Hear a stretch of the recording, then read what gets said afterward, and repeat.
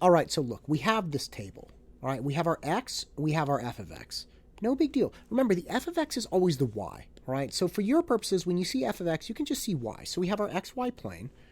Not a big deal. We have these points. How are we going to graph this out? You always want to start with the most basic x you can. So x equaling 0, that's beautiful. Let's just start with that. When x equals 0, right? So that's right here. X equals 0. The y value, the f of x value equals 1. So boom, this is our first point. No big deal. Then let's go up 1, right? X equals 1. That's right here. And we get a y value of 2. This is our second point. So first point, second point. And then we can go up again.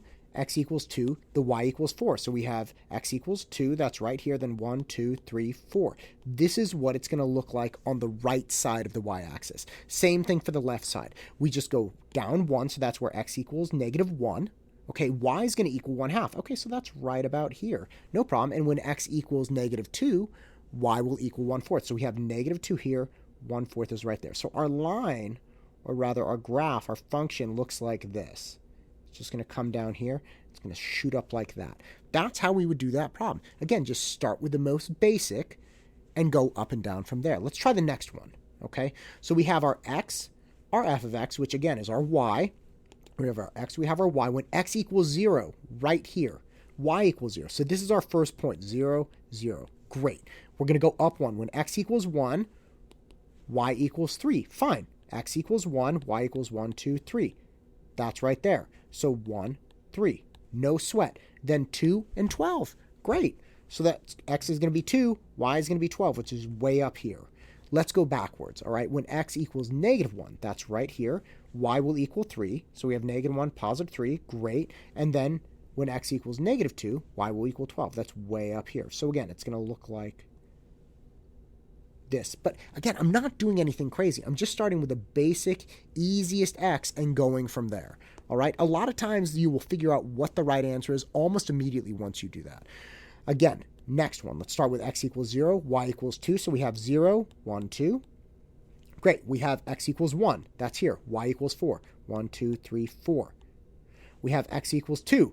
Y equals 6. 2, 1, 2, 3, 4, 5, 6. That's what we have so far.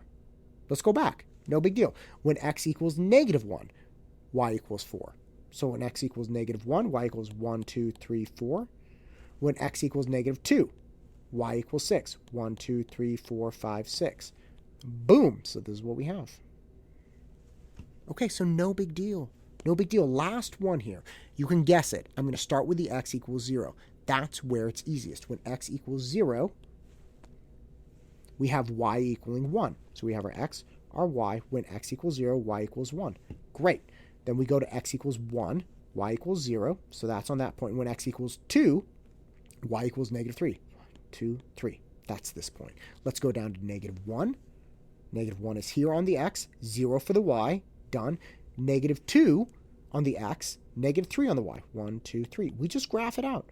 No big deal. Now look, for a lot of the SAT and ACT, for the ACT, the whole thing, and for a lot of the SAT, you'll have your calculator, but man, you don't have to worry about going into graphing mode. This is a really basic way to do it. All you really need is like 2 or 3 points. You're going to be able to eliminate almost everything right away. You just go from there.